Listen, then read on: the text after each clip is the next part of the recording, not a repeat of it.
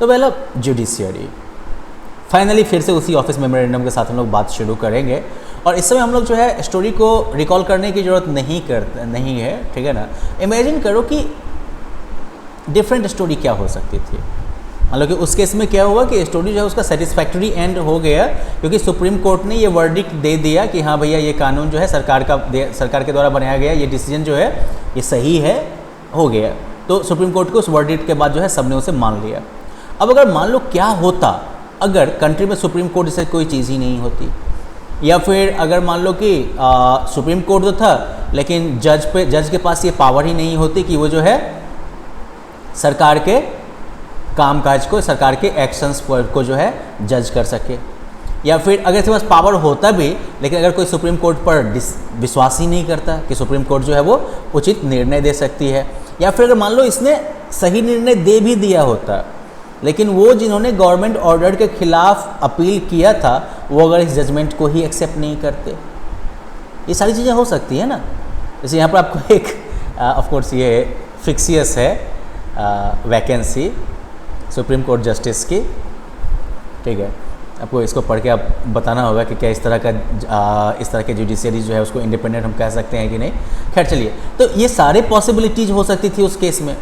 अब just imagine करो कि बिना जुडिशियरी के मंडल कमीशन के ऊपर जो बवाल मचा था उसका क्या आउटकम होता। और यही वजह है कि एक इंडिपेंडेंट और पावरफुल जुडिशियरी जो है वो डेमोक्रेसीज के लिए एसेंशियल माना जाता है। जितने भी कोर्ट्स होते हैं डिफरेंट लेवल्स के कंट्री में वो कलेक्टिवली कहलाते हैं judiciary. So judiciary is basically all the courts at different levels in a country. जो इंडियन जुडिशियरी है इसमें सुप्रीम कोर्ट हो गए जो कि पूरे देश के लिए है, फिर जो है हाई कोर्ट हो गए स्टेट्स के लेवल पर, फिर डिस्ट्रिक्ट कोर्ट है, और उसके बाद जो है लोकल लेवल पर जो है कोर्ट है, सब डिविजनल कोर्ट कह सकते हैं। इंडिया में जो है इंटीग्रेटेड जुडिशियरी है। इंटीग्रेटेड जुडिशियरी का मतलब क्या हो गया कि सुप्रीम कोर्ट जो है वो पूरे कंट्री के जुडिशियल एडमिनिस्ट्रेशन को देखती है, मतलब कि न्यायिक जो विधि व्यवस्था है इसको देखने का काम सुप्रीम कोर्ट का हो गया। और इसके डिसीजंस जो हैं वो देश के सारे कोर्ट के लिए बाइंडिंग है। तो मतलब सुप्रीम कोर्ट ने अगर मान लो डिसीजन दे दिया कि आदमी को अगर भूख लगी है तो वो दुकान से बिस्किट चुरा के खा सकता है, तो इस केस में क्या होगा, कहीं किसी भी कोर्ट में अगर ऐसा मुकदमा चल रहा होगा बिस्किट चुरा के खा जाने का भूख की कंडीशन में, तो उस पर कोर्ट जो है उसको दोषी नहीं मानेगी। क्यों? क्योंकि सुप्रीम कोर्ट ने बोला है कि वो दोषी नहीं है। ये हो गया कि सुप्रीम कोर्ट का डिसीजन जो है वो बाकी कोर्ट्स के लिए जो है बाइंडिंग होता है। सुप्रीम कोर्ट जो है वो किसी भी तरह का डिस्प्यूट जो है उसको वो ले सकती है, उस पर सुनवाई कर सकते हैं। जैसे कि देश के नागरिकों के बीच कोई झंझट है उस डिस्प्यूट को देख सकती है, नागरिक और सरकार के बीच का झंझट, दो या दो से ज़्यादा स्टेट गवर्नमेंट के बीच का झंझट, या फिर जो गवर्नमेंट्स हैं यूनियन और स्टेट लेवल पर उनके बीच का झंझट, इन सभी तरह के डिस्प्यूट्स में जो है सुप्रीम कोर्ट जो है वो दखल दे सकती है। और साथ ही साथ जो है ये सिविल और क्रिमिनल केसेस में भी जो है ये हाईएस्ट कोर्ट ऑफ अपील है, और ये जो है हाई कोर्ट के डिसीजंस के अगेंस्ट के अपील को भी सुनवाई कर सकती है। अब इंडिपेंडेंस ऑफ जुडिशियरी का मतलब होता है कि ये जो है लेजिस्लेटर या एग्जीक्यूटिव के कंट्रोल में नहीं है, मतलब कि प्रधानमंत्री साहब या पार्लियामेंट जो है वो डायरेक्टली जो है जुडिशियरी को कंट्रोल नहीं करेंगे। जजेज जो होते हैं वो जो है गवर्नमेंट के डायरेक्शन पर नहीं काम करते हैं या फिर रूलिंग पार्टी के विशेष के आधार पर नहीं काम करते हैं। और यही वजह है कि ज़्यादातर जो मॉडर्न डेमोक्रेसीज़ हैं उनके पास जो कोर्ट्स हैं वो लेजिस्लेचर और एग्जीक्यूटिव से इंडिपेंडेंट हैं। इंडिया में भी ऐसा है।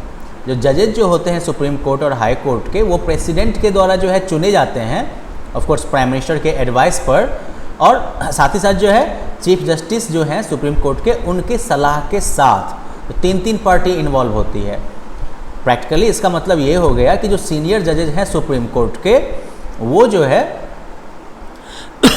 जो है नए जजेज को चुनते हैं सुप्रीम कोर्ट में और हाई कोर्ट में, और बहुत कम जो है स्कोप है इसमें पॉलिटिकल एग्जीक्यूटिव के दखलंदाजी की। जो सीनियर मोस्ट जज जो होते हैं सुप्रीम कोर्ट के वो नॉर्मली जो है चीफ जस्टिस के द्वारा चुने जाते हैं। अब एक बार जब कोई आदमी जो है सुप्रीम कोर्ट या हाई कोर्ट का जज बन गए तो उसके बाद जो है लगभग असंभव है उनको उस जगह से हटाना। ओके, जैसे कि प्रेसिडेंट को हटाना मुश्किल होता है, जज जो है उनको जो है इम्पीचमेंट मोशन के द्वारा ही जो है हटाया जा सकता है। ठीक है, इम्पीचमेंट मोशन जिसके लिए जो है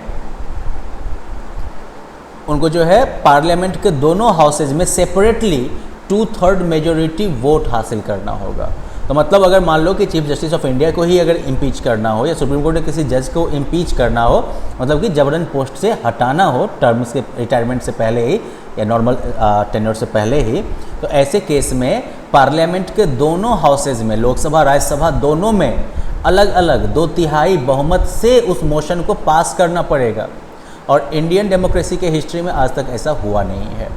इंडिया की जुडिशियरी जो है ये जो है दुनिया की सबसे पावरफुल जुडिशियरी में से भी एक है। सुप्रीम कोर्ट और हाई कोर्ट के पास ये पावर है कि वो जो है देश के संविधान को इंटरप्रेट कर सकते हैं, ठीक है। वो जो है सरकार के द्वारा, लेजिस्लेचर के द्वारा बनाए गए किसी भी कानून को जो है वो इनवैलिड डिक्लेयर कर सकते हैं या फिर एग्जीक्यूटिव के लिए हुए किसी डिसीजन को वो इनवैलिड बता सकते हैं, ठीक है, चाहे वो यूनियन लेवल पर हो या फिर वो स्टेट लेवल पर हो। अगर उनको लगता है कि कोई ऐसा कानून या कोई एक्शन जो है संविधान के खिलाफ हुआ है तो बोल देंगे कि हाँ भैया गलत है, पीछे जाओ, छोड़ दो इसको। और इस तरह से वो जो है कह सकते हो कि किसी भी लेजिस्लेशन के यानी किसी भी कानून के या फिर एग्जीक्यूटिव किसी डिसीजन को, एक्शन को जो है कॉन्स्टिट्यूशनल वैलिडिटी को जो है वो तय करते हैं। कि सरकार, पार्लियामेंट ने कोई कानून पास कर दिया या असेंबली ने कोई कानून पास कर दिया या फिर स्टेट गवर्नमेंट या सेंट्रल गवर्नमेंट ने कोई डिसीजन ले लिया है, तो वो संवैधानिक रूप से वैलिड है कि नहीं है, इसको भी डिटरमिन करने का काम जो है किसका होता है, जुडिशरी का होता है। Okay, for instance like article 370, NRC, CA, all these issues are before the supreme court, जहाँ पर कि कोर्ट जो है वो, जहाँ पर कि इन डिसीजंस के कॉन्स्टिट्यूशनल वैलिडिटी को चैलेंज किया गया है और इस पर सुनवाई कौन कर रही है, सुप्रीम कोर्ट कर रही है। ओके, इसे जो है जुडिशियल रिव्यू कहा जाता है। जब जुडिशरी जो है सरकार के पार्लियामेंट के बनाए किसी कानून को या असेंबली के बनाए कानून को या सरकार के एक्शन को जो है कॉन्स्टिट्यूशनल वैलिडिटी के आधार पर जज करती है, जिसे जुडिशियल रिव्यू कहते हैं। जैसे कि सुप्रीम कोर्ट ऑफ इंडिया ने जो है इसने ये भी रूल दिया है कि जो कोड या बेसिक प्रिंसिपल्स हैं कॉन्स्टिट्यूशन के, इनको पार्लियामेंट नहीं बदल सकती है, कुछ भी कर लीजिए, कितनी भी मेजोरिटी हो जाए, लेकिन जो कोड या बेसिक प्रिंसिपल्स हैं इंडियन कॉन्स्टिट्यूशन के, उनको आप चेंज नहीं कर सकते हैं। ओके, पावर और इंडिपेंडेंस जो है इंडियन जुडिशियरी की, उसी वजह से जो है इसे हमारे फंडामेंटल राइट्स के गार्जियन के तौर पर भी जो है देखा जाता है और ये हमारे जो है फंडामेंटल राइट्स के गार्जियन के तौर पर काम भी करती है। जैसे कि हम लोग आगे जाके देखेंगे किस तरह से जो है नागरिकों के पास जो है अधिकार है कि वो जो है अपने हक के वायलेशन के खिलाफ जो है कोर्ट को अप्रोच कर सकते हैं। अब अभी हाल फिलहाल के साल में जो है कोर्ट ने बहुत सारे ऐसे जजमेंट दिए हैं, ऐसे डायरेक्टिव्स दिए हैं जो कि पब्लिक इंटरेस्ट और ह्यूमन राइट्स वगैरह को प्रोटेक्ट करते हैं। ओके, कोई भी जो है वो कोर्ट को अप्रोच कर सकता है अगर पब्लिक इंटरेस्ट जो है वो, जनता का हित जो है उस पर सरकार के किसी एक्शन का जो है दुष्प्रभाव पड़ा है। इसे कहते हैं पब्लिक इंटरेस्ट लिटिगेशन, PIL। ठीक है, कोर्ट जो है वो इंटरवीन करती है गवर्नमेंट के पावर्स के मिसयूज को। ठीक है, गवर्नमेंट अगर मान लो अपने डिसीजन लेने के पावर का मिसयूज अगर करती है तो उसमें भी कोर्ट जो है वो इंटरवीन करती है। पब्लिक ऑफिशियल्स की तरफ से अगर कोई चीटिंग होती है, बेईमानी होती है, तो उस पर भी कंट्रोल करती है जुडिशियरी। और यही वजह है कि जुडिशरी जो है वो जो है लोगों में, हमारे यहाँ जुडिशरी की इतनी ज़्यादा वैल्यू है, राइट। लोगों का जो है जुडिशरी में विश्वास है कि धीरे से ही सही, लेट ही सही, लेकिन दुरुस्त आएगा। तो वेल, इस पर हम लोगों ने बहुत कुछ देखा। जैसे हम लोगों ने कोलिशन गवर्नमेंट देखा कि किस तरह से जो है जब एक पार्टी को बहुमत नहीं मिलती है तो दो या दो से ज़्यादा पार्टी जब एक साथ मिलकर सरकार बनाती है तो वो कोलिशन गवर्नमेंट कहलाती है। और ऐसा देखा गया है कोलिशन गवर्नमेंट में जो है प्राइम मिनिस्टर की जो है as a head of political executive जो पावर है वो इतनी ज़्यादा नहीं होती है।